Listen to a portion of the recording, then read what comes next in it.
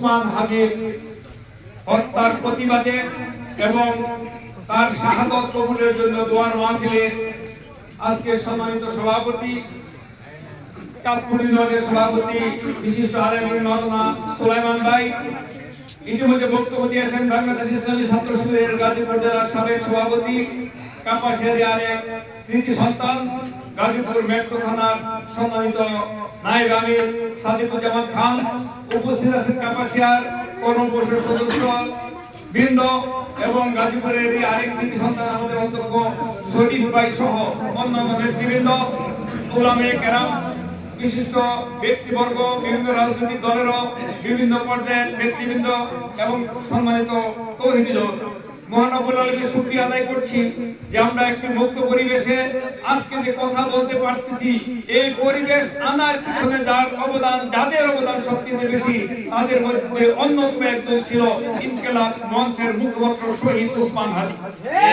আমরা যদি তাদের ত্যাগ কে স্বীকার না করি, তাদের অবদানকে যদি আমরা অস্বীকার করি, আমরা যদি জুলাইকে অবজ্ঞা করি, তবে তাদের প্রতি অবিচার করা হবে। তারা তাদের রক্তের বিনিময়ে, তারা তাদের ত্যাগের বিনিময়ে একটি সুন্দর সুস্থ বাংলাদেশ উপহার দেওয়ার কারণে আমরা মুক্ত পরিবেশে আমাদের জননেত্রী সর্বপ্রথম নেত্রী বেগম খালেদা জিয়ার জানাজা মুক্ত পরিবেশে করতে পেরেছিলাম। যদি এরকমটা না হতো তবে আমরা আল্লামা সাঈদ হিসেবে জানাজা করতে পারি নাই, এটা করাও সম্ভব ছিল না। আমরা মুক্ত পরিবেশে কথা বলতে পারতেছি তাদেরই অবদান, যারা জুলাই 36 জুলাই অর্থাৎ 5ই আগস্ট পর্যন্ত যারা আন্দোলন করে একটি সুন্দর সমাজ আমাদেরকে উপহার করে দিয়েছিল। আমি সমস্ত শহীদদেরকে, বন্ধুদেরকে, আহত নিহতদেরকে শ্রদ্ধার সাথে স্মরণ করছি। যারা শহীদ হয়েছে উসমান হাদি সহ সকলের শাহাদাতের সর্বোচ্চ মর্যাদা মহান রব্বুল আলামিনের কাছে কামনা করছি। সম্মানিত হাজিরিন, আমি কোরআন শরীফের সূরা সফের 8 নম্বর আয়াতে তেলাওয়াত করেছি। আল্লাহ বলেছেন যে তারা চেয়েছিল মুখের ফুৎকারে আল্লাহর নূরকে নির্বাপিত করে দিতে, কিন্তু আল্লাহ রাব্বুল আলামিনের ফয়সালা হলো তার নূরকে আরো বেশি উদ্ভাসিত করবেন, যদিও অবিশ্বাসী অস্বীকারীদের কাছে এটা যতই অসহনীয় হোক না কেন। আমরা এরকম একটা পরিবেশ পেয়েছি, আল্লাহ রাব্বুল আলামিন আমাদেরকে এনে দিয়েছেন। সম্মানিত হাজিরিন, আল্লাহ রাব্বুল আলামিন আমাদেরকে সৃষ্টি করেছেন একটা মহান উদ্দেশ্য নিয়ে। সেই উদ্দেশ্যটা হলো সূরা জারিয়াতের 56 নম্বর আয়াতে আল্লাহ বলেছেন যে ওমা খলাকাতুল জিন্না ওয়াল ইনসা ইল্লা লিয়াবুদুন, একমাত্র শুধুমাত্র কেবলমাত্র আল্লাহ রাব্বুল আলামিনের ইবাদত করা ছাড়া অন্য কোনো উদ্দেশ্যে আল্লাহ রাব্বুল আলামিন মানুষের সৃষ্টি করেন নাই। তার পাশাপাশি আল্লাহ রাব্বুল আলামিন সূরা বাকারার 30 নম্বর আয়াতে বলেছেন যে ইন্নী জাইলু ফিল আরদি খলিফা, আল্লাহর এই জমিনে আল্লাহ রাব্বুল আলামিন তার প্রতিনিধি হিসেবে মানুষদেরকে প্রেরণ করেছেন।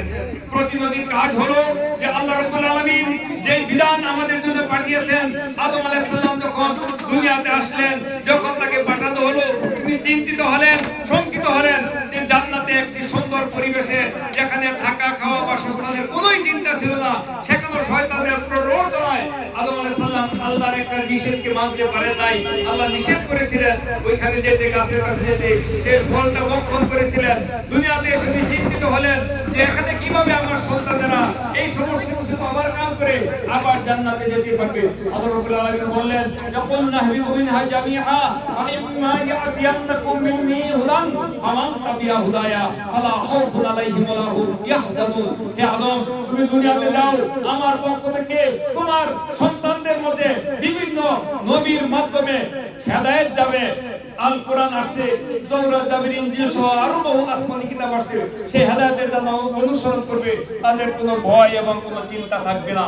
সম্মানিত উপস্থিতি, আল্লাহ রাব্বুল আলামিন তাই আমাদেরকে এই মহাগ্রন্থ আল কোরআনেরই আরেকটু সামনে 39 নম্বর আয়াতে সূরা বাকারার বলেছেন যে আফা, এই 85 নম্বর আয়াতে বলেছেন যে আফা তুমিনুনা বিবাদিল কিতাবে ওয়া তাকফুরুনা বিবাদ। এই কোরআন শরীফে যারা কিছু অংশ মানবে, কিছু অংশকে অমান্য করবে, দুনিয়ার জীবনে তারা লাঞ্ছিত হবে। ওয়া ইয়াউমাল কিয়ামাতি ইউরাদ্দুনা ইলা আশাদ্দিল আযাব, কিয়ামতের কঠিন মাঠে তাদেরকে কঠিন আযাবে নিপতিত হতে হবে।